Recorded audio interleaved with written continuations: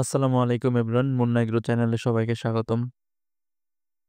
আমাদের খামারে আমরা বাচ্চা উঠাবো, এই কারণে আমরা ঘর রেডি করে ফেলছি আলহামদুলিল্লাহ। এখন আমরা বাচ্চা ব্রুডিং করার জন্য বুডারও লাগিয়ে ফেলেছি। আজকে আমরা তুষ দিচ্ছি। ইনশাল্লাহ আমরা 2 থেকে 3 দিনের ভিতরে বাচ্চা উঠিয়ে ফেলবো। যেহেতু আমাদের ঘরটি কাঁচা ঘর, ফ্লোর পাকা করা হয়নি, তার জন্য আমরা ঘরটি প্রথমে ভালোভাবে লেপে নিয়েছি।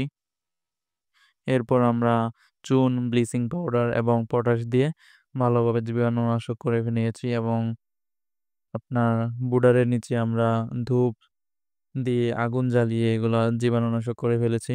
ইনশাল্লাহ আশা করি কোনো সমস্যা হবে না। তো যারা নতুন খামারি আছেন তারা অবশ্যই শুরুটা ভালোভাবে করবেন। আপনার খামারে যদি আশেপাশে কোনো ময়লা আবর্জনা থাকে এগুলো প্রথমে পরিষ্কার করবেন এবং খামারে সকল ধরনের জীবাণু দূর করতে হবে। আর জীবাণু দূর করার জন্য জীবাণুনাশক সবকিছু ব্যবহার করতে হবে। ব্লিচিং পাউডার, স্প্রে, ভাইরাসিড যাই আছে না কেন সবকিছু আপনারা চেষ্টা করবেন যেন কোনো ভাইরাস না থাকে। কারণ বাচ্চা কালেই কিন্তু সব থেকে বড় একটা রিস্ক থেকে যায়। মুরগিটা এখান থেকেই তার পথ চলা, আপনার স্বপ্ন এখান থেকেই শুরু। যদি এখানেই আপনি অবহেলা বা কোনো কাজ ঠিকভাবে না করেন তাহলে কিন্তু হবে না। তাহলে আপনি পরবর্তীতে এটি ভুগবেন এবং আফসোস করবেন। তো যাই হোক, আমরা এখানে দেখতে পারতেছেন কয়লাগুলো রেখে দিয়েছি নিচে। যেহেতু আমাদের মুরগি এখানে আমরা এই ঘরে রাখবো 15 থেকে 20 দিন। এরপরে আমরা পাশে আরেকটি ঘর আছে ওইখানে দিয়ে দিব ইনশাল্লাহ।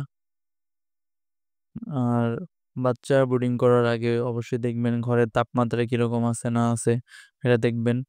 আর বাচ্চা আপনারা সব সময় চেষ্টা করবেন এ গ্রেডের বাচ্চা নেওয়ার জন্য। এ গ্রেডের বাচ্চা অবশ্যই ভালো হয়, এ গ্রেডের বাচ্চা নিলে ভালো হবে। তো আমরা বাচ্চা নিচ্ছি আমাদের প্রোটিন সলিউশন থেকে। এটি হচ্ছে কুমিল্লা, লাকসাম, মুজাফফরগঞ্জে প্রোটিন সলিউশন। এখান থেকে আমরা বাচ্চা নিব ইনশাল্লাহ। আশা করি ভালো বাচ্চা দিবে তারা আমাদেরকে। দেখতে পারতেছেন ঘরের সব দিকে একদম আমরা এই ব্লিচিং পাউডার এবং কি চুন দিয়ে দিয়েছি যাতে কোনো পিঁপড়া বা পোকামাকড় কোনো কিছু না থাকে। ভিডিওটি ভালো লাগলে অবশ্যই লাইক করবেন, কমেন্ট করবেন, অন্যদেরকে দেখার জন্য শেয়ার করে দিবেন। আর এই হচ্ছে ফারহান, আমাদের সাথে থাকে, অনেক কাজ কাম করে, হেল্প করে আমাদেরকে। তার জন্য সবাই দোয়া করবেন। আজকের ভিডিওটি এই পর্যন্তই। সবাই ভালো থাকেন, সুস্থ থাকেন, আমাদের জন্য দোয়া করবেন। আল্লাহ হাফেজ।